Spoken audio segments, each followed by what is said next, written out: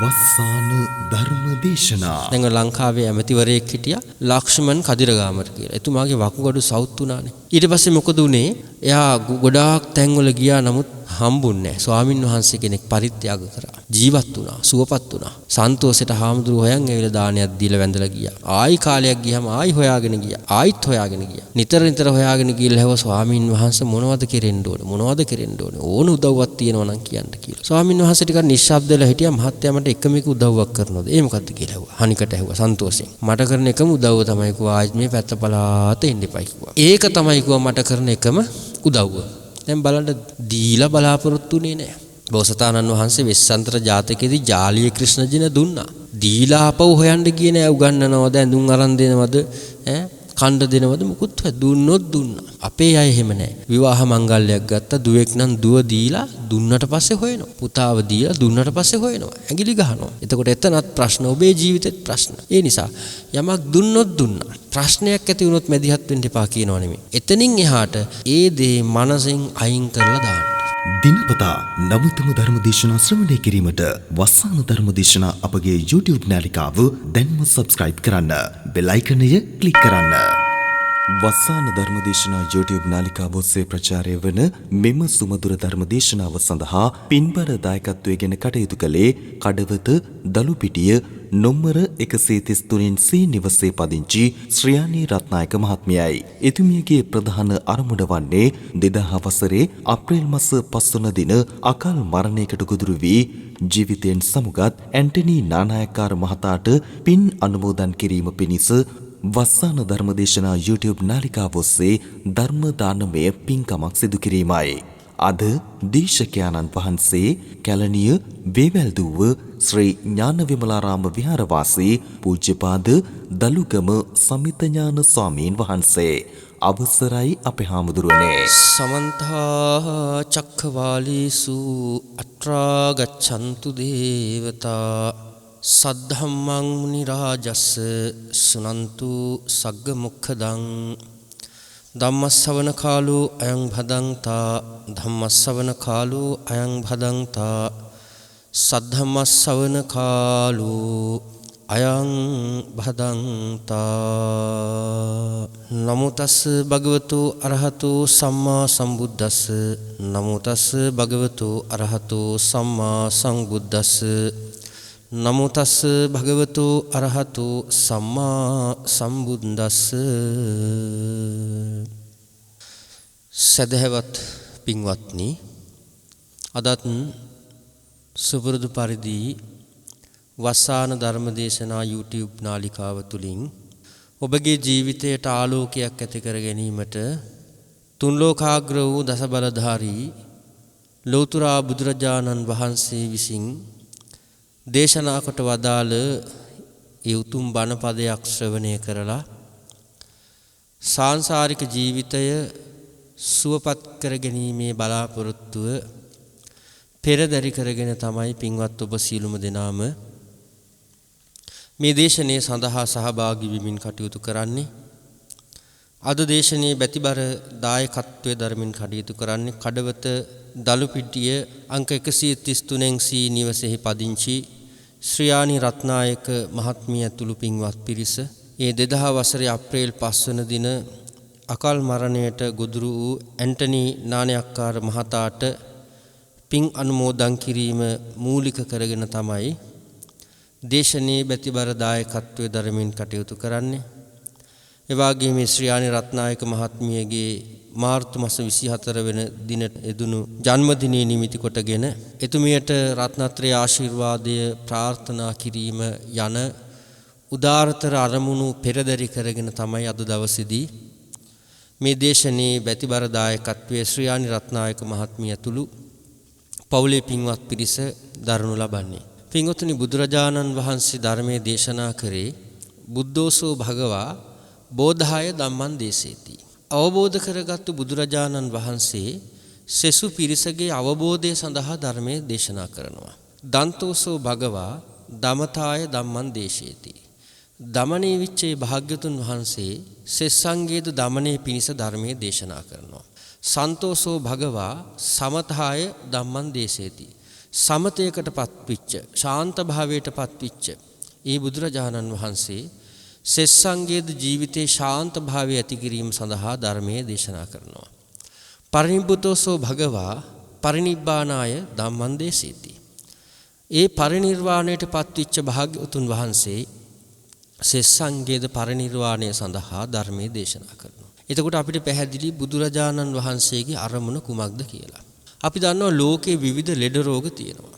විවිධ ශරීරයේ හැදෙන ලෙඩ රෝග වලට විවිධ පෙති කරල් ක්‍රීම් බාම් ಜಾති ආදී නොයෙකුත් විදිහේ දේවල් නිෂ්පාදනය කරලා තියෙනවා. නමුත් හොඳට හිතලා බලන්න හිතේ ඇතිවන ලෙඩවලට ලෝකේ කොහෙවත් බෙහෙත් නැහැ.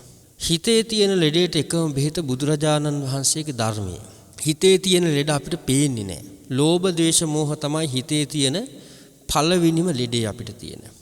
අපි හැමෝගෙම හිත ලෙඩ කරන්නේ සංසාරික ජීවිතේ දික් කරන්නේ මෙන්න මේ හිතේ තියෙන ලෝභය නිසා. මේ හිතේ තියෙන ද්වේෂය නිසා. මේ නිතරම ඇවිලෙමින් පවතින මෝහ කියන මේ අකුසල මූලයන්. දැන් අපි දන්නවා ඇයි අපි මේ වලට අකුසල මූල කියලා කියන්නේ. දැන් බලන්න විදුලියක් අරගෙන එකම විදුලිය වයර් එක දිගේ ඇවිල්ලා බල්බ් එකකට ගියාන් පස්සේ එකෙන් ආලෝකයක් විහිදෙනවා. ඒ විදුලිය මෙහෙම විදුලි පංකාවට ගියාට පස්සේ එයා කරකැවෙනවා. ඒ විදුලිය එහෙමම රූප වාහිනියට ගියාම ඒකෙන් රූප පේන්න ගන්නවා. ඒක එහෙමම ශීතකරණයට ගියාම ඒකෙන් සීතලක් එනවා.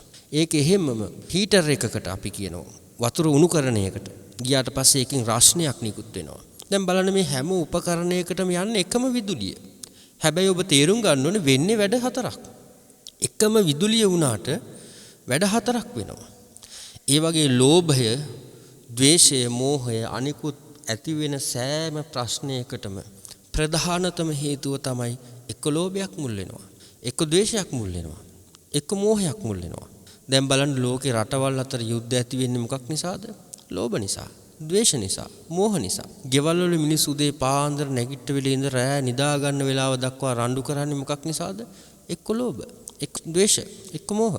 එකම ගෙදර එකම පවුලේ පුංචි කාලේ සෙල්ලම්පත් උයාගෙන කාපු දරුවෝ කරදඬු උස්සනකොට ගේක් බෙදා ගන්න බැරුව ගහමරා ගන්න නඩු හබෝල්ට යන්නේ මොකක් නිසාද? ලෝභ, ද්වේෂ, මෝහ. නිකන් හිතලා බලන ලෝකේ තියෙන හැම ප්‍රශ්නයකටම මුල් වෙන්නේ එක්ක ලෝභයක්, එක්ක ද්වේෂයක්, එක්ක මෝහයක්. ආන්ගේ අකුසල මූලයන් මූල උත්පාටනය කිරීම.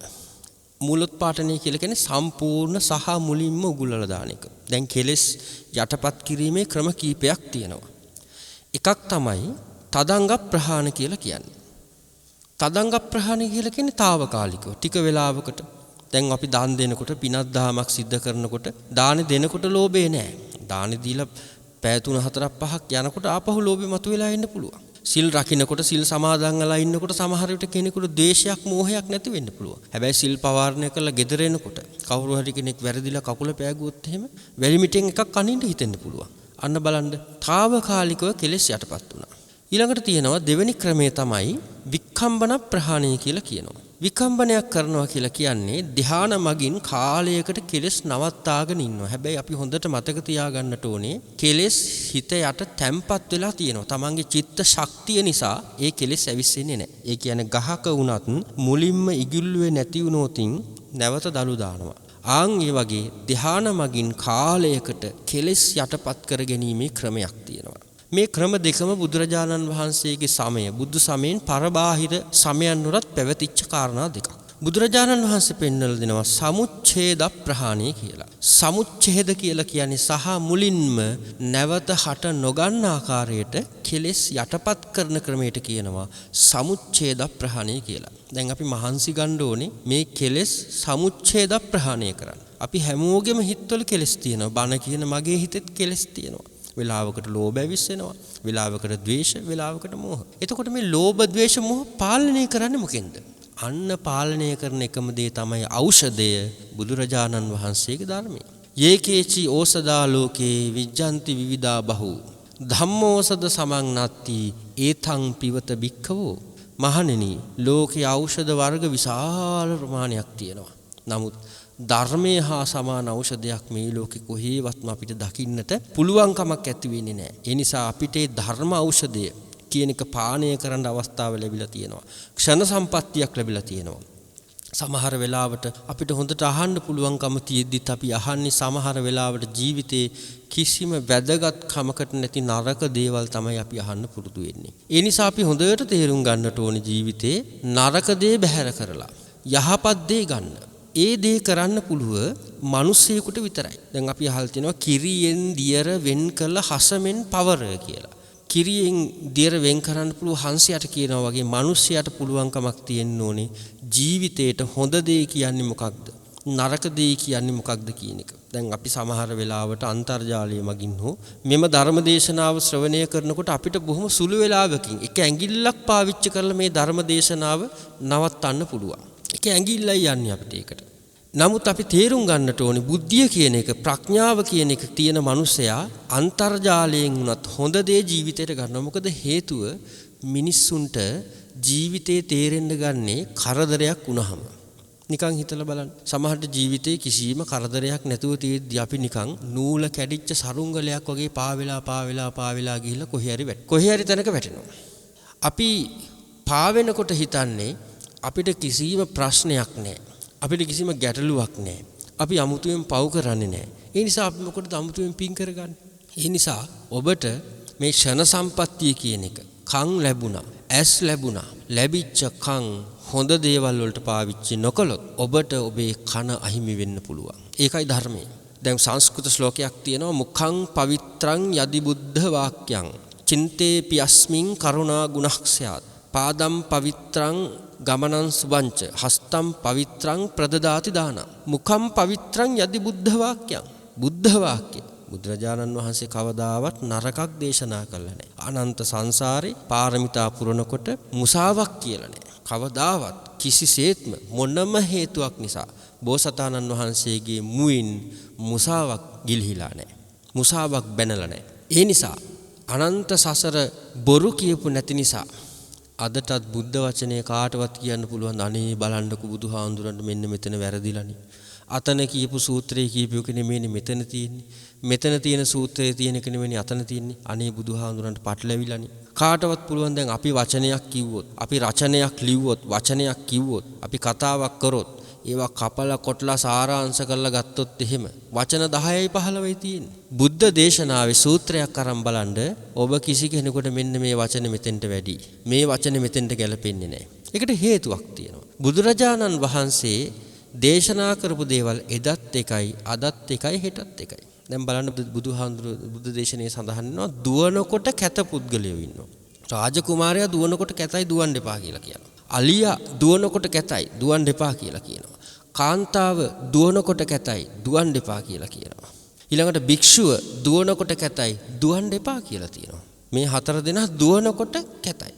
හැබැයි හොඳට මතක තියාගන්න දුවනකොට කැතයි කිව්ව මිසක දුවන්න දක්ෂ නැහැ කියලා කිව්වේ නැහැ. දැන් අද ලංකාව ගත්තත් අපි දන්න විදිහට ලංකාවේ දුවන්න ඉතිහාසයේ වුණ දක්ෂම කෙනා කාන්තාවක්. කාන්තාවක් තමයි දුවන්න දක්ෂ ලංකාවේ. නමුත් දක්ෂ අදක්ෂතාවයේ කෙසේ වෙතත් ওই තරංගවලදී බලන්න දුවනකොට කැතයි. දැන් අලියා දුවනකොට කැතයි. අලියා විතරක් නෙවෙයි අලියෙක් වගේ මහත මිනිස්සෙක් දුවනකොට බලන්න කැතයි. ඒ නිසා බුද්ධ වචනය පුංචි දේ වුණත් කිසිම තැනකදී කිසිම කෙනෙකුට සංස්කරණය කරන්න සාරාංශ කරන්න බුදුරජාණන් වහන්සේගේ දේශනාව තත අවිතත අනඤ්‍ය තත භාවයෙන් යුක්තයි. භාග්‍යතුන් වහන්සේ යමක් දේශනා කළාද ඒක ඒ ආකාරයෙන්ම සිද්ධ වෙනවා මිසක් වෙනස් ආකාරයකින් කොහොමවත් සිද්ධ වෙන්නේ නැහැ. කොතනකදීවත් එහෙම වෙන්නේ නැහැ. ඒක තමයි දස බල ඥානවල පිහිටලා දේශනා කරපු දහම කියන්නේ. බුදු මුවින් දේශනා කරපු යම් කර්මයක් වෙද්ද බුදු මුවින් දේශනා කරපු යම් කර්මඵලයක් වෙද්ද ඒ ආකාරයෙන්ම සිද්ධ වෙනවා. වෙන කිසිදු ආකාරයකින් බුදුරජාණන් වහන්සේගේ මුවින් මුසාවක් පිට වෙලා නැහැ සංසාරෙදී. ඒ නිසා වචන කියන ඒවා තුලින් මුඛම් පවිත්‍රං කට පිරිසිදු වෙනවා බුද්ධ වාක්‍ය කියනකොට. චින්තේ පියස්මින් කරුණා ගුණස්යත්. දැන් අපේ හිතේ කරුණාව, දයාව, මෛත්‍රී ඉවසීම තියෙන්න ඕනේ. දැන් අපි දන්නවා බොහෝ අයගේ ගත පිරිසිදුයි හිත පිරිසිදු නැහැ. හොඳට නාලා කරලා ක්‍රීම් පවුඩර් ගාලා ඉන්නවා. හැබැයි හිතේ කුණු කන්දල් ගොඩ ගහගෙන පැහැව විඳව ද්වේෂ කර සමහර අවස්ථා ඔබ දැකලා ඇති ගිය අවුරුද්දේ අලුත් අවුරුද්දට විච්ච බහින් බස්සීමට ඒකේ වාඩුව ගන්නේ මේ අවුරුද්දේ අලුත් අවුරුද්ද වෙනකන් අර මිනිස්සයා අවුරුද්දක් යනකන් හිත ඉඳලා මේ ගැන බලන්න ද්වේෂය මොනතරම් බලගත් අකුසලයක්ද කියලා. අවුරුද්දක් තිස්සේ සැලසුම් කරන් ඉඳලා ඊළඟ අවුරුද්ද වෙනකන් ඉන්නවා මේකට පලිය ගන්න කියලා. ඒකයි මම කියන්නේ. සිතේ කරුණාව දයාව මෛත්‍රිය තියෙනවා. සමහරට කෙනෙක් දන් දෙන කෙනෙක් වෙන්න පුළුවන්. හැබැයි යාගේ හිතේ කරුණාව දයාව මෛත්‍රිය නැත්තම්. දානෙ දෙන්න ගියත් කියපු විදිහට වැඩේ වෙලා හිටිබුන් නැතුනොත් කේන්තියක් නැද්ද කියලා බලන්න. ස්වාමින් වහන්සේලා 19ක් ආරාධනා කරනවා. ස්වාමින් වහන්සේලා 9 දෙනයි වඩින්නේ. දැන් ඔය මට මතක් වෙච්ච නිසා කියන්නම්. දැන් ඔය ස්වාමින් වහන්සේලා 8 9යි 7 9යි 6 9යි දැන් මගෙන් කෙනෙක් ප්‍රශ්නයක් ඇහුවා 9 දෙනෙක් වැඩියොත් හාමුදුරනේ කොහොමද කියන්නේ කියලා. දැන් මේක මේ එයාට ඇත්තටම ඇති වෙච්ච ප්‍රශ්නයක්ද දන්නෙත් නැහැ. එතකොට ස්වාමින් වහන්සේ 9 දෙනෙක් වැඩියොත් කොහොමද කියන්නේ? එතකොට එයා අදහස් කරේ 9 9යි කියලා කියන්නේ. නෑ 9 දිනක් වඩිනවා නම් සිව්පස් නමක් කියලා තමයි කියන්නේ. ස්වාමින් වහන්සේලා 9 දිනක් දාන්නට වඩිනවා නම් සිව්පස් නමක් වඩිනවා කියලා කියන්නේ. එතකොට 10 දෙනෙකුට ආරාධනා කරොතින් සිව්පස් නමක් වැඩියොතින් ස්වාමින් වහන්සේලා 9ක් වැඩියොතින් මොකද වෙන්නේ? හොඳට මතක තියාගන්න හිත නරක කරගන්න. 10යි ඉල්ලුවේ. ආවේ 9යි. ලොකු හාමුදුරුවොත් නෑ. චූටි පුංචි ඇච්චෝ වගේ හාමුදුරු පැටවු ටිකක් ඒවලා අපිට අපි පන්සලට උළු දුන්නා, පුටු දුන්නා, ටයිල් දුන්නා. අපිට කරේ මෙහෙමයි. දැන් බලන්න ඒක දාන්නේ නෙමෙයි. එයා දන්නේම නැතුව පින්කමක් කියලා අපේ වචනෙන් කියනවා නම් ගොන්කමක් කරගෙන තියෙනවා. පින්කම් කියලා සමහර වෙලාවට සමහර තැන්වලදී සමහර අය ගොන්කම් කරගන්න තැන් තියෙනවා. දැන් අපි ධර්ම දේශනාවක් කරත් උනත් නිකන් හිතලා බලන්න. දායකයාගේ නම වැරදුනා. පින් අනුමෝදන් කරන කෙනා සිරිපාලට සුමනපාල කියලා කිව්වා. නිකන් හිතලා බලන්න නිකන් උදාහරණයක් විදිහට මම මේ කියන්නේ. දැන් ඔන්න එහා ගෙදරත් ඉන්නවා මේ සුමනපාල කියලා කෙනෙක් මැරිලා. එතකොට අපේ හිතට ලෝභයක් එන්නේ නැද්ද? බලන්න. අපේ තාත්තට නෙමෙයි පින ගියේ. එහා පැත්තේ මිනිස්සු අපිත් එක්ක තරහයි. එයාගේ නම තමයි කියවුනේ. මොකද්ද මේ කරපු වැඩේ? ඒ නිසා මම කියන්නේ ඔබට නම කියන්නේ අපි හදාගත්තු දාගත්තු දෙයක් ඒක. දැන් මම ප්‍රශ්නයක් අහනවා ඔබගෙන්. කාගේ හරි කෙනෙක් හිතන්නකො සිරිපාල කියලා. දැන් යා මව් කුස තුලදී මාස 2ේදී සිරිපාලත් නෙමෙයි. මාස 6ේදී සිරිපාලත් නෙමෙයි. මාස 9ේදී සිරිපාලත් නෙමෙයි. මව් කුසින් එළියට එන්නකොටම සිරිපාලත් නෙමෙයි. ඇවිල්ලා ටික වෙලාවක් යනකොට වටපිටාවේ ඉන්න මිනිස්සු බලනවා දැන් මේ හම්බිච්ච කෙනා කොහොමද අඳුරගන්නේ? ඔක්කොම එක වගේ. ඔක්කොම එකතු වෙලා දානවා යාට සිරිපාල කියලා. එයාත් හිතන් ඉන්නේ මං සිරිපාල කියලා. නිකන් හරි සුමනපාල කියලා දැම්මොත් එයා හිතන් ඉන්නේ මං සුමනපාල කියලා. නම කියන එකක් නැහැ. නම කියන එක අපිට සම්බන්ධයක් නැහැ නමේ. මනසේ තියෙන්න ඕනේ. ඒ පුද්ගලයාගේ හැඩේ රූපය ගුණධර්ම මනසේ තියෙන්න ඕනේ. ඒ නිසා හරියටම නම කියවෙන්න ඕනේ නැහැ. අපි පින් දෙනවා නම් අපේ හිත දන්නවා මේ අහවල් පුද්ගලයාට දෙන්නේ කියලා. සෙත් ප්‍රාර්ථනා කරනවා නම් අපි දන්නවා. ඒ කියන්නේ නම වැරදුනා කියලා හිත නරක කරගන්න එපා කියන කාරණාව තමයි මට මෙතනදී කියන්න ඕනේ. ඒ නිසා පින්වතුනි මේ හිතේ තියෙන ප්‍රශ්න තමයි වචනෙන් එළියට එන්නේ. හැමෝගෙම හිතවල තියෙනවනේ කටින් එන්නේ. දැන් හිතේ තියෙන ප්‍රශ්නේ පෙන්වන්න විදිහක් නැහැනේ. හිතේ තියෙන ප්‍රශ්න පෙන්වන්න වචන කියන ඒවා පාවිච්චි කරනවා. සමහරව අතපය පාවිච්චි කරනවා. වැදගත් වෙන්නේ හිතේ තියෙන ප්‍රශ්නේ හිතෙන්ම හිතලා නැති කරන එක. ඒ නිසා හිත පිරිසිදු කරගන්න ඕනේ. හස්තම් පවිත්‍රම් ප්‍රදදාන. අත් දෙක පිරිසිදු වෙනවා දන් දුන්නාට පස්සේ. පරිත්‍යාග කරාට පස්සේ. ඊට පස්සේ පාදම් පවිත්‍රං ගමනං සුභංච. පාද පිරිසිදු වෙනවා, කකුල් පිරිසිදු වෙනවා, යහපත් ගමන්, සුබ ගමන් ගියොත්. ඒ නිසා මම අද ඔබට කියලා දෙන්න හදන්නේ බණපදයක්. හැබැයි බුදුරජාණන් වහන්සේගේ දහමේ අපේ මිනිස්සු ගුණධර්ම කියලා කොටසක් තියෙනවා. ගොඩක් අය බණ දන්නවා, ගුණ දන්නේ. සමහරු ළඟ ගුණධර්ම තියෙනවා, සමහරු බණ දන්නේ නැහැ. වැදගත් වෙන්නේ බණයි ගුණයි දෙකම අපිට තියෙන්න ඕනේ. සමහරලාට චතුරාර්ය සත්‍ය පටිච්චසමුප්පාදේ කර්මය පුනර්භවයේ ත්‍රිලක්ෂණේ බොහොම ගැඹුරින් දන්න කෙනෙක් වෙන්න පුළුවන්. හැබැයි සමහර වෙලාවට එයා ළඟ ගුණධර්ම නැති වෙන්න පුළුවන්. බුදුහාමුදුරුව අපිට බණත් එක්ක ඒ බණ ඇතුලේ ගුණධර්ම කියලාවත් කියලා දුන්නා. අර තියෙන්නේ බුදුබණ අසන්නට ඇති අපි නිරන්තරේ ගති ගුණ අතින් අපි තාමත් වනාන්තරේ. සමහර වෙලාවට සමහර අය කොච්චර බුදුබණ ඇහුවත් ගති ගුණ අතින් මහා කැලේක අතරමං වෙලා ඉන්නේ. මහා වනාන්තරයක අතරමං වෙලා ඉන්නේ. ඒ නිසා අපි හැමෝම මිනිසයන් හැටියට ගුණධර්ම ජීවිතයට ඇති කර ගන්න ඕනේ. තව පුංචි කතාවක් තියෙනවා. සමහර ලෝකේ රටවල් තියෙනවා බුද්ධ කියන වචනේ අහලවත් නැති රටවල් තියෙනවා. බුද්ධ කියන වචනේ අහලවත් නැති රටවල් වල ජීවත් වෙන මිනිස්සු ළඟ ගුණධර්ම තියෙනවා.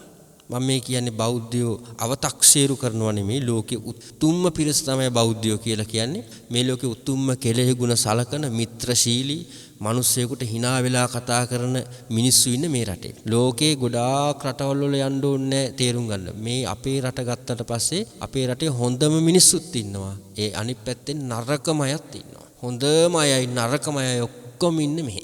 හොඳ වටින කියන මිනිස්සුත් ඉන්නවා. බුදුහාමුදුරන්ගේ දහම හරියට ක්‍රියාත්මක කරන ධර්මයේ දන්න ගුණ ධර්ම තියෙන.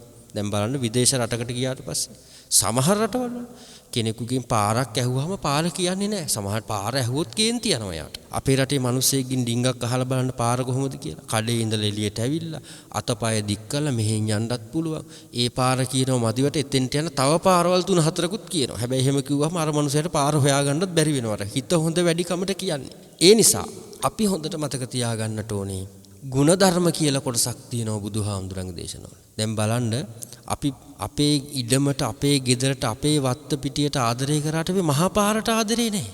සමහර කෙනෙක් කෙල ටිකක් ගහනවා නම් පාරේ තව කෙනෙකුට පෑගෙන්න ටොපියක් කාලා කොලේ හිමින් සැරේ බිමට දානවා නම් එයා පරිසරයට ආදරේ කෙනෙක් නෙමෙයි. පරිසරයට ආදරේ නැහැ. ඒ නිසා ඔබ ඒක ඔබගේම බෑග් එකේ දාගන්න. ඔබගේම බෑග් එකේ දාගෙන සුදුසු තැනින් ඒක දාන්න ඕනේ. ඒක තමයි වටින්නේ. දැන් සමහර අය බලන්න පිට රටවල් වල ගියාට පස්සේ කහිරෙන් පනින්නේ. කලර් ලයිට් එකට අවනතයි. ඒ රට ගිහිල්ලා මෙහි ආපු මිනිස්සයා ඒව ගණන් ගන්නෑ. ඒ නිසා ಗುಣධර්ම කියලා කොටසක් තියෙනවා. මේ සසර ගමනේ මේ ජීවිතේ අපිට බුදුරජාණන් වහන්සේ දේශනා කරපු දේවල් බොහෝමයි. ජීවිතයක් හදාගන්න. ඒ නිසා මම අද ඔබට ಗುಣධර්ම 3ක් පිළිබඳව කියලා දෙන්න බලාපොරොත්තු වෙන් ආවේ. ඒකේ පළවෙනිම දේ සච්ඡම් බණේ. සච්ඡං බණති කියලා කියන්නේ ඇත්ත කතා කරන්න. කවදාවත් කිසිසේත්ම මොනතරම් පාඩුවක් වුණත් බොරුවේ ඥාතිවරු ටිකක් ඉන්නෝනේ. බොරුවේ ඥාති තමයි කපටිකම, වංචාකාරීකම, මායාකාරීකම, රැවටීම කියන එක. ඔන්න ඥාතිවරු බොරුවේ. බොරු කියන මිනිස්සයා ළඟ ওই ලක්ෂණ ටිකක් තියෙනවා.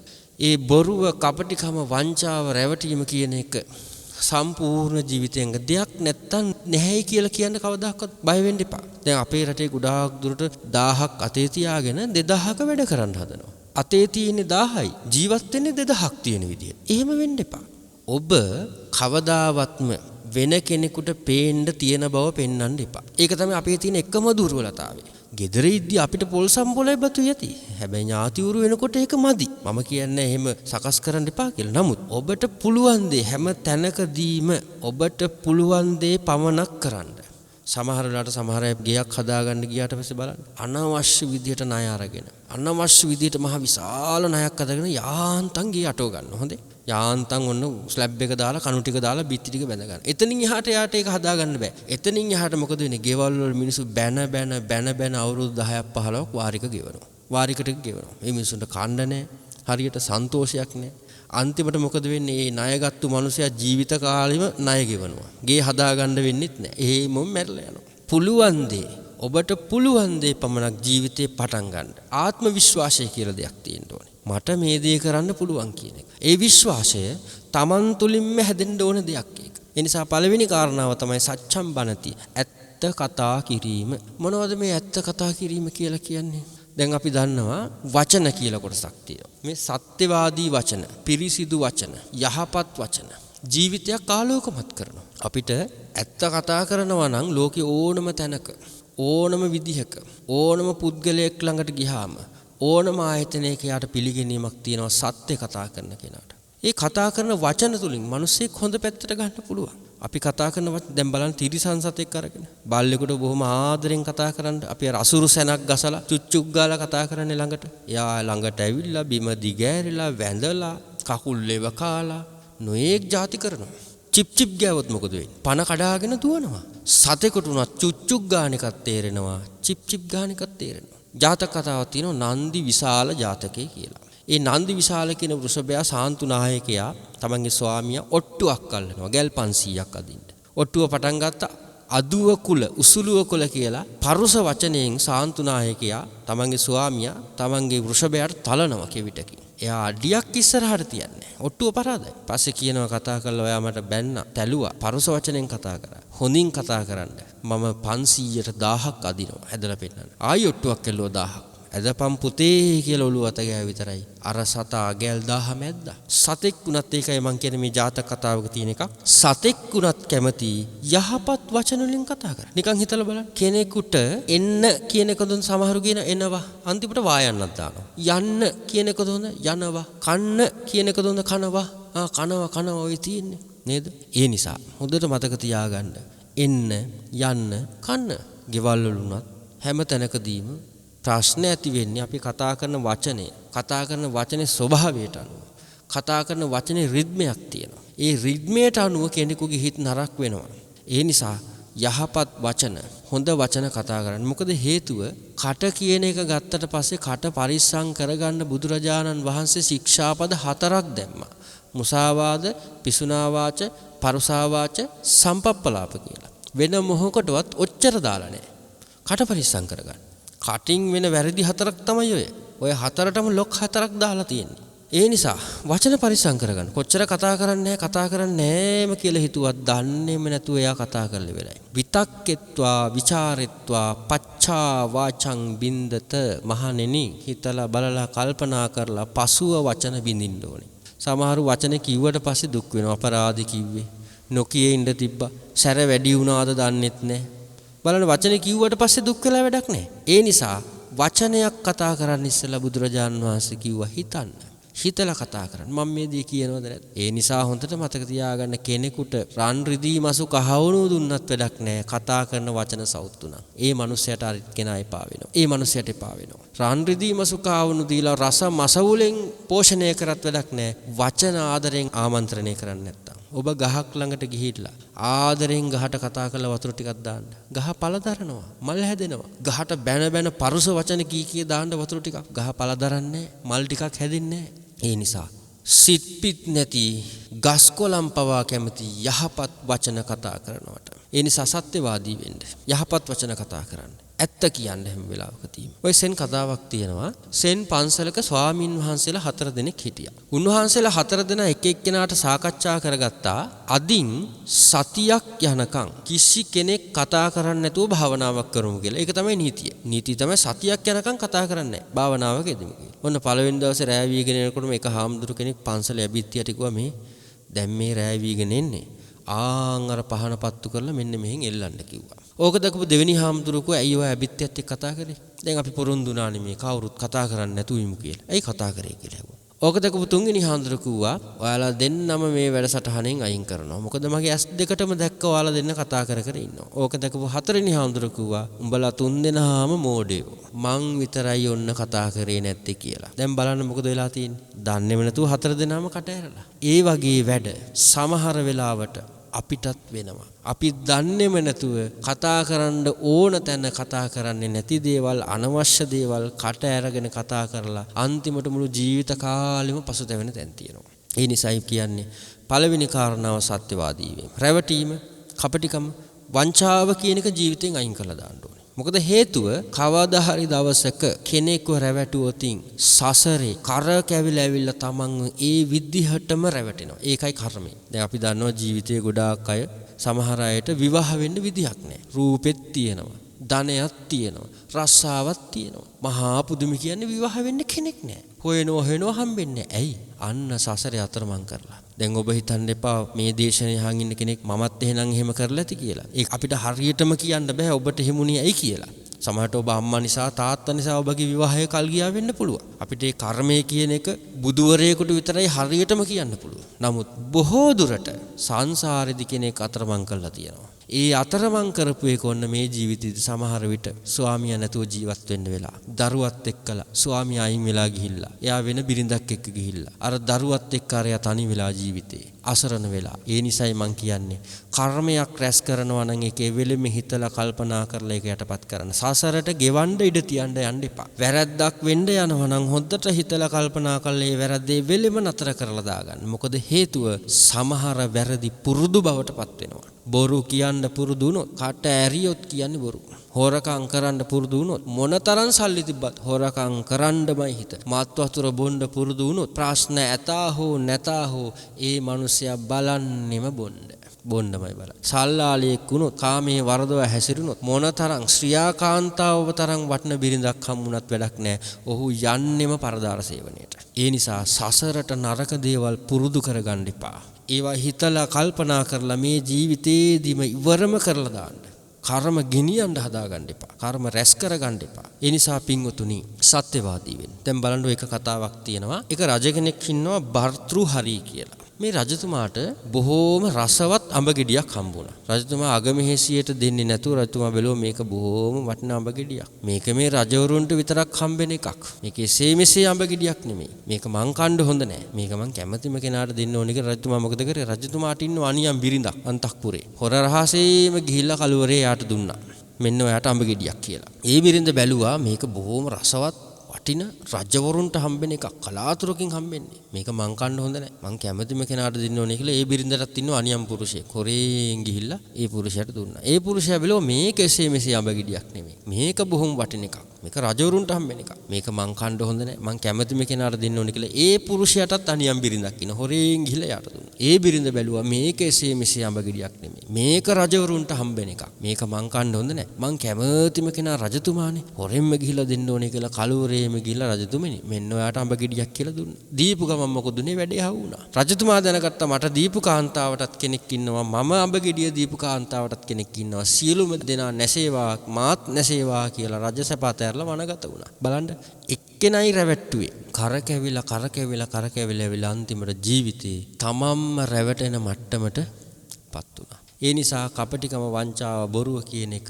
සම්පූර්ණම ජීවිතවලින් අයින් කරලා දාන්න. දෙවෙනි කාරණාව නකුජ්ජේය. කුජ්ජති කියලා කියන්නේ තරහවට.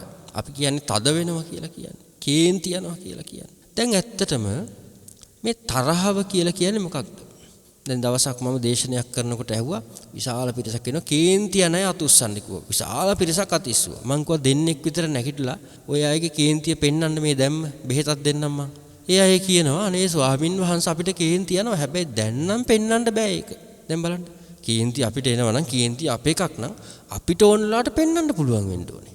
නමුත් කාටවත් ඒක Tamanට ඕන වෙලාවට පෙන්වන්නත් බෑ. Tamanට ඕන වෙලාවට තියා එක අයට ඕන වෙලාවට පෙන්වන්නත් බෑ තරහ අපේ. අපි දන්නේම නැතුවනේ දැන් ගොඩාක් දුරට අපි තරහ ගන්න වෙන අයගේ ප්‍රශ්න නිසානේ. අපිට ගේට්ටු වහන්න බැරි වුණා. ලයිට් එක නෙමන්න බැරි වුණා. අපි අපිට මේකක් ගහ ගන්නවද?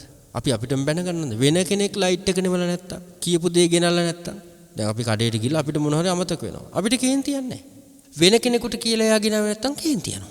ඒ නිසා මේ අනුන්ගේ වැරදි, අනුන්ගේ අඩුපාඩුකම් වලට අපි කවදාකවත්ම කේන්තිය කියන එක ගන්න හොඳ නැහැ. දැන් කේන්තිය කියන එක තරහව කියන එක ජීවිතෙන් අයින් කරලා අපි එකතු කරන්න ඕනේ ඒකට ඉවසීම කියන එක. ඉවසීම කියලා කියන්නේ හොඳට මතක තියාගන්න පාරමිතා වලින් එකක්. කන්ති කියලා කියනවා. කන්ති පරමන් තපෝතිතික්කා. මිනිස්සෙකුට තියෙන පරම තපස තමයි ඉවසීම කියලා කියන්නේ. ඉවසීම කියන එක නැත්තම් නිවන් දකින්න බෑ. බෝසතාණන් වහන්සේ අනන්ත සංසාරේ විච්ච ප්‍රශ්න ගැටලු සියල්ල ඉවසුවා. ඒ ඉවසීමෙන් යුක්තව තමයි කටයුතු කරේ. දැන් ඉන්දියාවට ගියාම දන්නවද දුර්ගේශ්වරී කියලා දුෂ්කර ක්‍රියා කරපු තැන අවුරුදු 6ක් පවත්ත පළභෝගී වෙලා හිටියා. චතුරාංග සමන්නාගත වීරෙන් කාමං තචෝච නහරෝච අට්ඨීච අවසිස්සතු කියලා ශරීරේ සුණු විසුණු වී ගියත් බුදු වී මිස මෙතනින් නොනැගිටිමි කියලා වීරයෙකින් යුක්තව අර ගල් ගුහාවටලා හිටියා. බලන්න මොනතරම් ඉවසීමක්ද කියලා. මිනිස්සෙක් තුළ වීරය කියන එක ඇති වෙන්න නම් ඉවසීම තියෙන්න ඕනේ. දැන් අපි ඔය ඉන්දියාවට ගියපු අවස්ථාවවලදී අපිට අවුරුදු 6ක් තියා අපිට පැය 6ක් ඉන්න පුළුවන් දෙතන බෑ. අපිට අග්ගාලේ එළියට එනවා. ඒ ගල් ගුහාවේ ඉන්න බෑ අපිට. ඒ නිසා පින්වතුනි අපි තේරුම් ගන්න ඕනේ නිවන කියන තැනට යන්නත් ඉවසීම තියෙන්න ඕනේ. මේ ජීවිතේදී මොන තැනකදීනවත් ඉවසීම කියන එක පුරුදු කර ගන්න ඕනේ. ඉවසීම කියන එක අපේ ජීවිතේට සාමාන්‍ය දෙයක් බවට පත් කර ගන්නට ඕනේ ඒක. ඕනම තැනකදී ඕනම ප්‍රශ්නයක් ඕනම ගැටලුවක් ඉවසීමේ ශක්තිය අපි හැම කෙනෙකුටම ඇති කර ගන්න ඕනේ. දැන් ඔය සෙන් කතාවක් තියෙනවා. සෙන් පන්සලක පුංචි හාමුදුරු කෙනෙක් ඉන්නවා. මේ පුංචි හාමුදුරු මොකද කරන්නේ? හැමදාම රෑ 12ට තාප්පෙන් පැනලා නගරේ අරෙහි මේ ඇවිදලා කරලා ආපහු පාන්දර 4ට විතර එතනින් මෙනවා. පුටුවක් තියලා තමයි නගින්නේ. ලොකු හාමුදුරුවෝ දැක්ක මේක. ලොකු හාමුදුරුවෝ දැක්කට පස්සේ ලොකු හාමුදුරුවෝ මොකද කළේ? ඊට පහුවෙන්දත් තාප්පෙන් පයින්කන් ඉඳලා පුංචි හාමුදුරුවෝ 4ට විතර නෙන්නේ. ලොකු හාමුදුරුවෝ ගිහිල්ලා 4ට විතර අර පුටුවේ වාඩි වුණා. දැන් ඔන්න පුංචි හාමුදුරුවෝ එහා පැත්තෙන් නැගලා එනවා. දැන් මේ පැත්තට පැන්න තාප්පේ දිගේ රූටගෙන ඇවිල්ලා දැන් පුටුවට අඩිය තියන්න ලැහැත්තිය. පුටුව උඩ කවුද හිටියේ? ලොකු හාමුදුරුවෝ. අඩිය තිබ්බේ ලොකු හාමුදුරුවන්ගේ තට්ටේ උඩට. හොඳට සිනීදුවට හවුච්ච නිසා බය වෙලා පැන්න එහා පැත්තට. බැරිනම් ලොකු හාමුදුරුවෝ. ඉවසීමෙන් ලොකු හාමුදුරුවෝ කිව්වා පොඩි නම අනිත් දවසේ මේ දවල් 12ට විතර පැනලා හවස 4 විතර වෙනකොට එන්න. මේ මහරෑ ජාමේ කළුවරේ ඇදගෙන වැටුණා. සතෙක් සර්පෙක් කෑවා. කවුද ඔයාව බලාගන්නේ? කවුද ඔයාට බෙහෙත් ටිකක් දෙන්නේ? ඒ නිසා අනිත් දවසේ දවල් 12ට විතර පැනලා ඔන්න ඔය 4ට විතර එන්න කිව්වා. එච්චරයි. එදා ඉඳලා පුංචි හාමුදුරුවෝ ඒ වැරද්ද කරේ නැහැ. දැක්ක නේද? වැරදි කරන අයට ඉවසීමෙන් යුක්තව උත්තර දෙන්න ඕනේ. ඉවසීමෙන් උත්තර දුන්නොත් එයා ඒ වැරද්ද හදා ගන්නවා. ඒ නිසායි කියන්නේ අපි හැම කෙනෙකුගේම ජීවිතේට ආභරණයක් ඉවසීම කියන එක. ඉවසීම ඇතුලේ තියෙනවා මෛත්‍රිය කියන එක. මෛත්‍රිය කියලා කියන්නේ සත්වයන්ට කරුණාව දක්වන එක.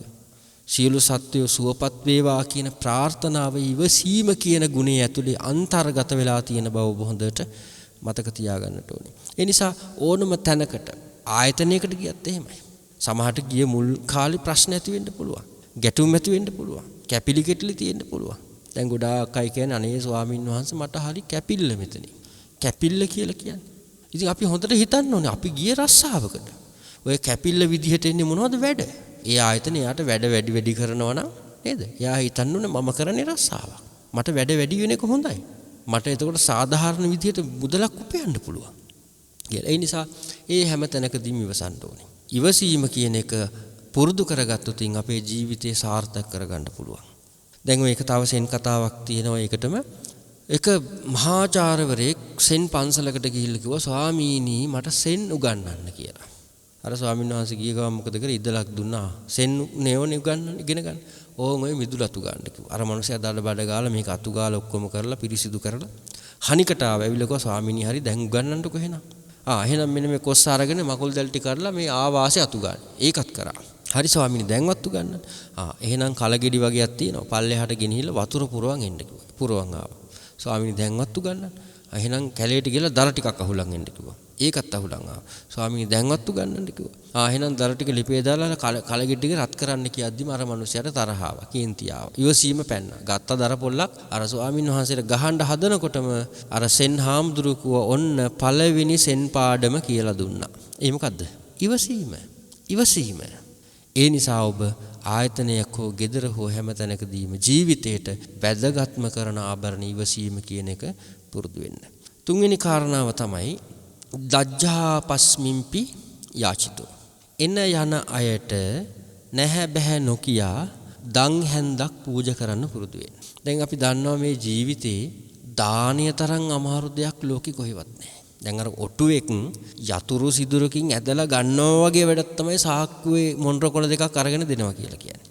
යතුරු සිදුරෙන් ඔටුවගේ පුංචි කෑල්ලක් හරි ආවත් පිටිපස්සේ කෑල්ල එන්න හිර වෙනවා. ඒ තරම් අමාරු කාර්යයක් තමයි Taman සන්තකව තියෙන දෙයක් තව කෙනෙකුට දෙනවා කියලා එක. දැන් අපි සාමාන්‍යයෙන් පුරුදු වෙලා තියෙන්නේ ස්වාමින් වහන්සේලාට දෙන්න. අපේ හිතේ විශ්වාසයනේ. නමුත් බුදුහාමුදුරුවෝ දේශනා කරන්නේ යස්ස පසීදති තස්ස දාතබ්බං. මහණෙනි යම් කිසි තැනකට පැහැදුනේද පැහැදිච්ච තැනකට දෙන්න. මජ්ක්‍ධිම නිකායේ උපාලි කියලා සූත්‍රයක් තියෙනවා. ඔය උපාලි ඇවිල්ලා බුදුරජාණන් වහන්සේත් එක්ක තර්ක කරන්න ඉන්න. පස්සේ බුදුරජාණන් වහන්සේ සරණ යනවා. පස්සේ උපාලි මොකද කරන්නේ? බුදුහාමුදුරන්ට දන් දෙන්න පටන් ගන්නවා. බුදුහාමුදුරේ විලිත කියන උපාලි එහෙම කරන්න එපා. දීපු විදියට දෙන්න.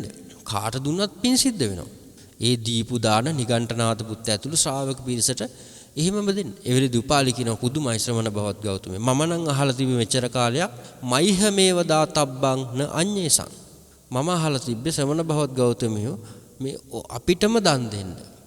වෙන අයට දෙන්න එපා කියලා. නමුත් මේ කියන කියමනට අනුව ඔබ වහන්සේ හැමෝටම දන් දෙන්න කියලා තියෙනවා. දානය කියන එක අපි වැඩිපුර හැම වෙලාවකදීම මහත්ඵලයි මහානිසංසයි බලන්නම එපා. හිතන්නකෝ ඒක හරියට මේ වගේ දෙයක්. වී වගා කරලා මිනිහෙක් පැත්තකටලා වාඩි වෙලා පිදුරු ලැබේවා කී ඉන්නවා. ඒක කරන්න ඕන එකක් නෙමෙයි. ඒවා ඉබේ ලැබෙන දේවල්. භවභෝග සම්පත් ඉබේ ලැබෙන දේවල්. ඒ නිසා හොයලා පුළුවන් නම් ආනිසංස නැත්තිම පින්කම කරන්න. ඒක තමයි ආනිසංස වැඩි මේක. මොකද දන්නවද? ඒක කිසි කෙනෙක් කරන්න කැමති නැහැ. දැන් බලන්න උදැල්ලක් අරගෙන පන්සල උදුළු ගාන්න කිව්වොත් කැමති නැහැ. තීන්ත ගාන්න කිව්වොත් කැමති නැහැ. හැබැයි සල්ලි ටිකක් පන්සලට ලියුම් කවර එක දාලා කටන පින්කමට කියලා දීලා යන්න ඕන තරම් කැමති අය ඉන්නවා. ලයිට් ටිකක් දාන්න, කොඩි වැල් ටිකක් අදින්න කැමති නැහැ ගොඩක් අය. ශ්‍රමය දෙන්න කැමති නැහැ අද කාලේ.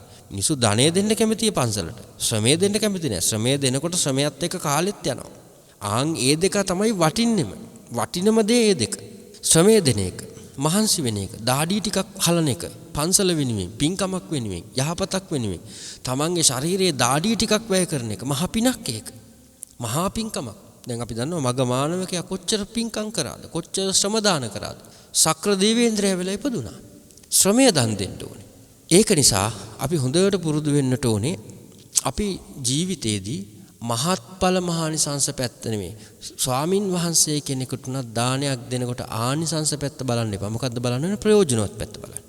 ප්‍රයෝජනවත් පැත්ත. දැන් සමහර වෙලාවට ඔබට මම මේ කාරණාව බොහොම විවෘතව කියන්නේ. ස්වාමින් වහන්සේ කෙනෙකුට අපි පූජා කරන අටපිරිකරක්. ඔබ හිතනවාද මේ අටපිරිකර ස්වාමින් වහන්සේට පාවිච්චි කරන්න පුළුවන් කියලා? ඒ අටපිරිකරේ ස්වාමින් වහන්සේට පාවිච්චි කරන කාඩ්බෝඩ් වලින් ඔතලා, කොළ වලින් ඔතලා, සවරන් අල්ලලා තියෙනකොට ගොඩාක් අය රැවටෙනවා මේකට. දැන් ස්වාමින් වහන්සේ කෙනෙකුට හිතන්න කුඩයක් පූජා කරනවා කියලා. බොහොම විවෘතව කියන්නේ.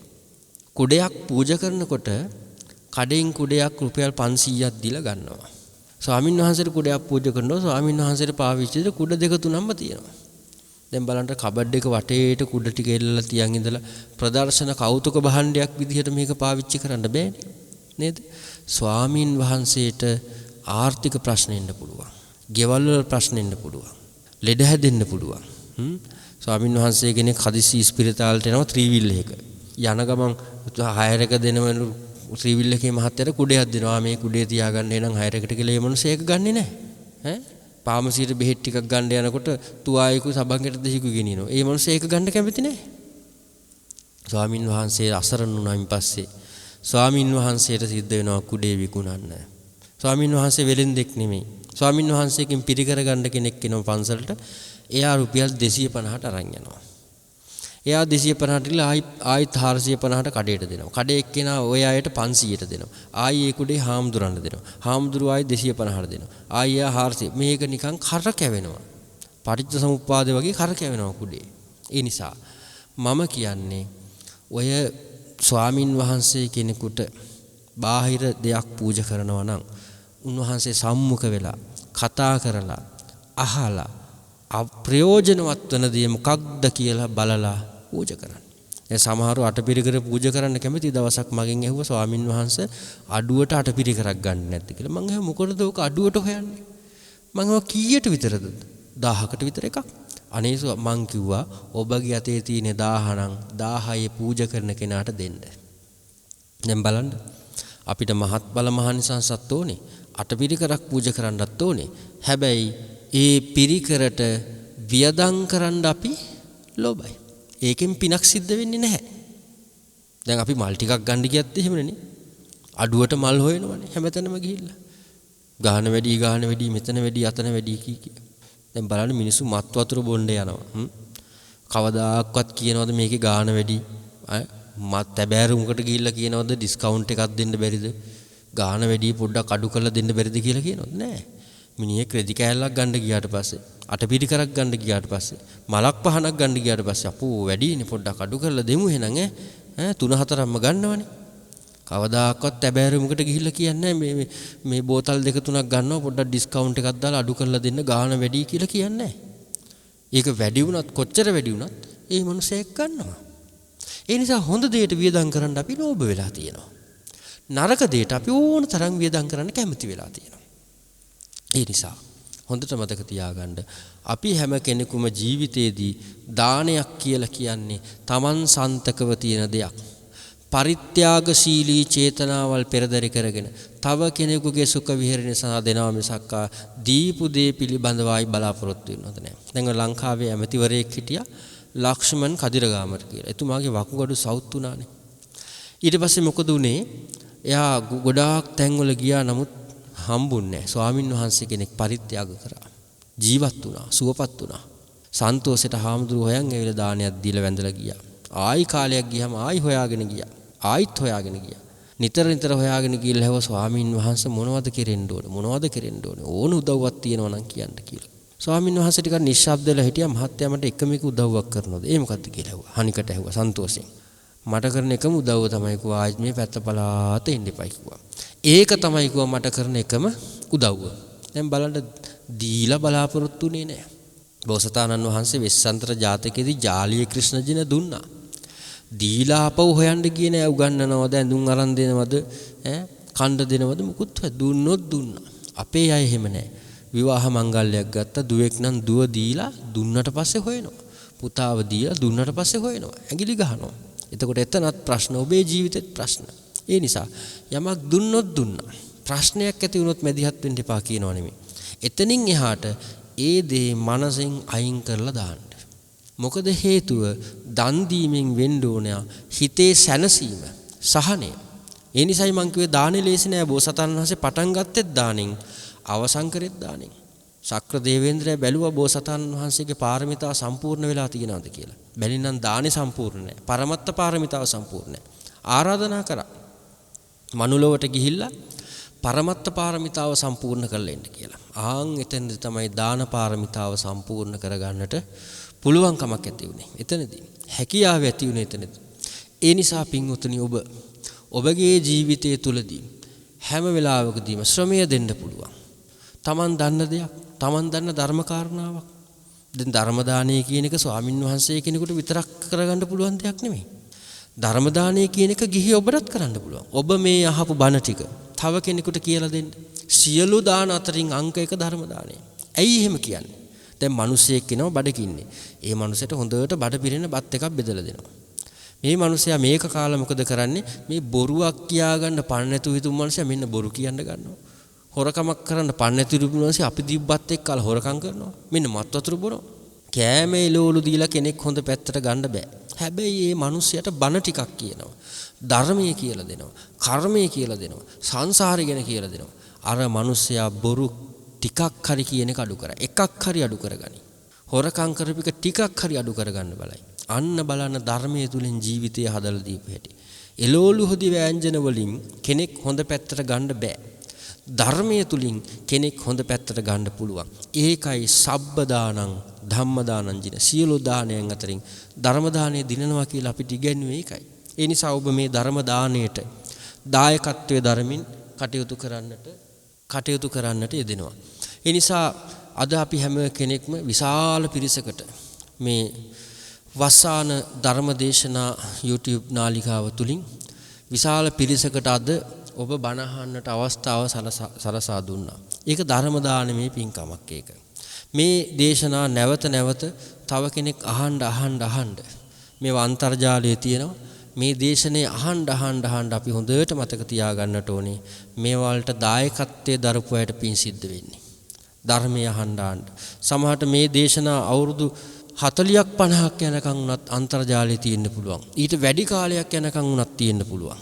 එදාට කවුරු හරි කෙනෙක් මේ බණ පදේ අහලා සිත හදාගත්තා නම් ඔබ කොතනක ඉපදුනත් ඒ පින ඔබට ලැබෙනවා.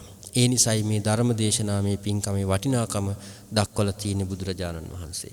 එහෙනම් අපි අද කල්පනා කර ගනිමු. අද මේ විශේෂ පින්කම සංවිධානය කර ගන්නට යෙදුනේ ඒ කඩවත දලුපිටිය අංක 133 නිවසේ පදිංචි ශ්‍රියානි රත්නායක මහත්මිය ඇතුළු පින්වත් පිරිස තමයි අද දේශනේ බැතිබර දායකත්වයේ ධර්මින් කටයුතු කරන්නේ. ඒ 2000 වසරේ අප්‍රේල් මාස 5 වෙනි දින අකල් මරණයට ගොදුරු වූ ඇන්ටනි නානයක්කාර මහත්මයාට පින් අනුමෝදන් කිරීම මූලික කරගෙන තමයි දේශනේ බැතිබර දායකත්වයේ ධර්මින් කටයුතු කරන්නේ. ඒ වගේ මේ ශ්‍රියානි රත්නායක මහත්මියගේ මාර්තු මාස 24 වෙනි දිනට යෙදුණු උපන් දිනයේ නිමිති කොටගෙන එතුමියට රත්නත්‍රය ආශිර්වාදය ජයශ්‍රී මහ බෝධීන් වහන්සේගේ ආශිර්වාදය ප්‍රාර්ථනා කරනවා. ඒත් එක්කම ඒ කෘතඥතානුස්මෘතියක් විදිහට පුණ්‍ය අනුමෝදනා සිද්ධ කරනවා වෝල්ටර් ජයවීර, ඒ වගේම ෆෑන්ටලින් ජයන්ත, පද්මිනී රත්නායක, යන සියලා දෙදෙනා වන ඩාබ්ලින් නානයක්කාර සහ සිරිපාල රත්නායක යන පින්වත් පිරිසට ඒ වාගේ මේ මාමා ලක්ෂ්මන් රත්නායක මාමා ඇතුළු පින්වත් පිරිසට පුණ්‍යානුමෝදනා කරනවා. ඒ අය ප්‍රධාන වර්ග પરම්පරාගත සියලුම ඥාතීන්ට පින් අනුමෝදන් කිරීමේ බලාපොරොත්තුව පෙරදරි කරගෙන තමයි මේ දේශනේ බැතිබර දායකත්වයේ ධර්මින් කටයුතු කරන්නට යෙදෙන්නේ. ඒ වගේම කසුන් තාරක නානයක්කාර මහත්මයාට සහ බිරිඳ සහ දරු දෙදෙනා ඇතුළු පවුලේ සැමට නිදුක් නිරෝගී භාවය ප්‍රාර්ථනා කරනවා.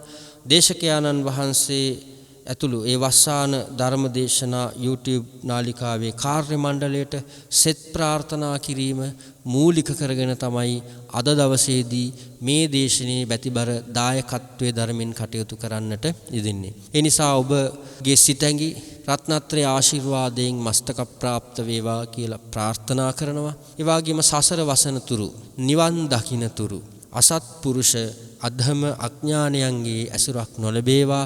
කල්යාණ මිත්‍ර සත්පුරුෂ උත්තම පුරුෂයන්ගේ ඇසුරක් ලැබේවා කියලා අපි ප්‍රාර්ථනා කරනවා. ඒ වගේම අනාගතයේ පහළවන මෛත්‍රී බෝසතාණන් වහන්සේට මේ පින් අනුමෝදන් කරමු. මේ පින් අනුමෝදන් වේවා. උන්වහන්සේගේ මෛත්‍රී බෝධිය සඵල වේවා කියන ප්‍රාර්ථනාව පෙරදරි කරනවා. ඒ වගේම රැස් කරන්ට දෙන සීලූම කුසල පුණ්‍යානිසංස ධර්මයන් අල්පේ ශාක්‍ය මහේශාක්‍ය ශාසන මාමක සම්‍යක් දෘෂ්ටික සක්‍ර දේවේන්ද්‍රයා ප්‍රධාන ධෘතරාෂ්ට විරූඪ විරූපාක්ෂ වෛශ්‍රවණයන සතරවරන් දෙවරු ඇතුළු සමන් දිව්‍ය රාජයා ප්‍රධාන සමස්ත දිව්‍ය මණ්ඩලයට මේ පින් අනුමෝදන් කරමු. මේ පින් අනුමෝදන් වේවා. දෙවියන්ද ප්‍රාර්ථනීය බෝධියකින් අමා මහ නිවනින් සැනසේවා කියලා ප්‍රාර්ථනා කරනවා. ඒ රැස් කරන්ට දෙන සියලුම කුසල පුණ්‍යානිසංස ධර්මයන් ඒ දේශනේ බැතිබර දායකත්වයේ ධර්මින් කටයුතු කරන ශ්‍රියානි රත්නායක මහත්මිය ඇතුළු පින්වත් ඔබ සෑම දිනාටත් මියගිය සියලුම ඥාතීන්ට දෙවිවරුන්ට බුද්ධ ආදී මහෝත්තමයන්න් වහන්සේලා විසින් ශාන්තයයි ප්‍රණීතය වර්ණනා කොට වැඩවදාළ අමා මහ නිවන් පිණිසම මෙම බණ පද පාරමිතාවක් වේවා කියලා කවුරු සාදු කියලා ප්‍රාර්ථනා කරමු. ආකාසට්ටාච බුම්මට්ටා දේවා නාග මහිද්దికා පුඤ්ඤන්තං අනුමෝදිත්වා චිරං රක්ඛන්තු ශාසනං. ආකාසට්ටාච බුම්මට්ටා දේවා නාග මහිද්దికා පුඤ්ඤන්තං අනුමෝදිත්වා චිරං රක්ඛන්තු දේශනං. ආකාසට්ටාච බුම්මට්ටා දේවා නාග මහිද්దికා පුඤ්ඤන්තං අනුමෝදිත්වා චිරං රක්ඛන්තු මම් පරන්ති. ඔබ ඒ ශ්‍රවණය කළේ 2000 වසරේ අප්‍රේල් මාස 5 වන දින අකල් මරණයකට ගොදුරු වී ජීවිතයෙන් සමුගත් ඇන්ටනි නානායක්කාර මහතාට පින් අනුමෝදන් කිරීම පිණිස වස්සාන ධර්මදේශනා YouTube නාලිකාව ඔස්සේ සිදු කළ ධර්ම දානමය පින්කමයි. ඒ වෙනුවෙන් පින්බර දායකත්වයෙන් කටයුතු කළේ කඩවත දලුපිටිය නොම්බර 133 සී නිවසේ පදිංචි ශ්‍රියානි රත්නායක මහත්මියයි. දායකත්ව අරමුණු අතර සෙසු අරමුණු ලෙසින් සටහන්ව තිබෙනවා සුපුන් උදාන මහත්මයාගේ හිතවතුන් වන මල්ලිකා ප්‍රනාන්දු මෑණියන්ට සහ එතුමියගේ පුදනුවන් වන විහංග රොෂාන් තිවංකටත් මිතුරන් වන සජිත් ප්‍රනාන්දු සහ ඔෂු නිෂා යන දෙපළටත් ආශිර්වාද ප්‍රාර්ථනා කිරීමටත් නිම ධර්මානුශාසනාවෙන් බලාපොරොත්තු වෙනවා. අද මේ පින්කම සඳහා සහ සම්බන්ධ වුණු සීලම දෙනාට සිදු කරගත්තා වූ ධර්ම දානමය කුසලයේ අනුභවයේ බලයෙන් ප්‍රාර්ථනීය බෝධියකින් නිවන් අවබෝධයේ පිණිසම මෙම ධර්ම දානය හේතු වාසනා වේවා. ඔබටත් වස්සාන ධර්මදේශනා YouTube නාලිකාව ඔස්සේ දායකත්ව ධර්මදේශනා ප්‍රචාරය කිරීම සඳහා දැන්ම කතා කරන්න 071 57 57 13 දුරකථන අංකයට 071 57 57 13 දුරකථන අංකයට WhatsApp Viber imo මගින් දැන්ම කතා කර ඔබේ ධර්මදේශනාව අදම වෙන් කරවා ගන්න. ධම්මස ඔබ සැමට සම්මා සම්බුදු සරණයි. දිනපතා නවතම ධර්මදේශනා ශ්‍රවණය කිරීමට වස්සාන ධර්මදේශනා අපගේ YouTube නාලිකාව දැන්ම subscribe කරන්න. බෙල් අයිකනය ක්ලික් කරන්න.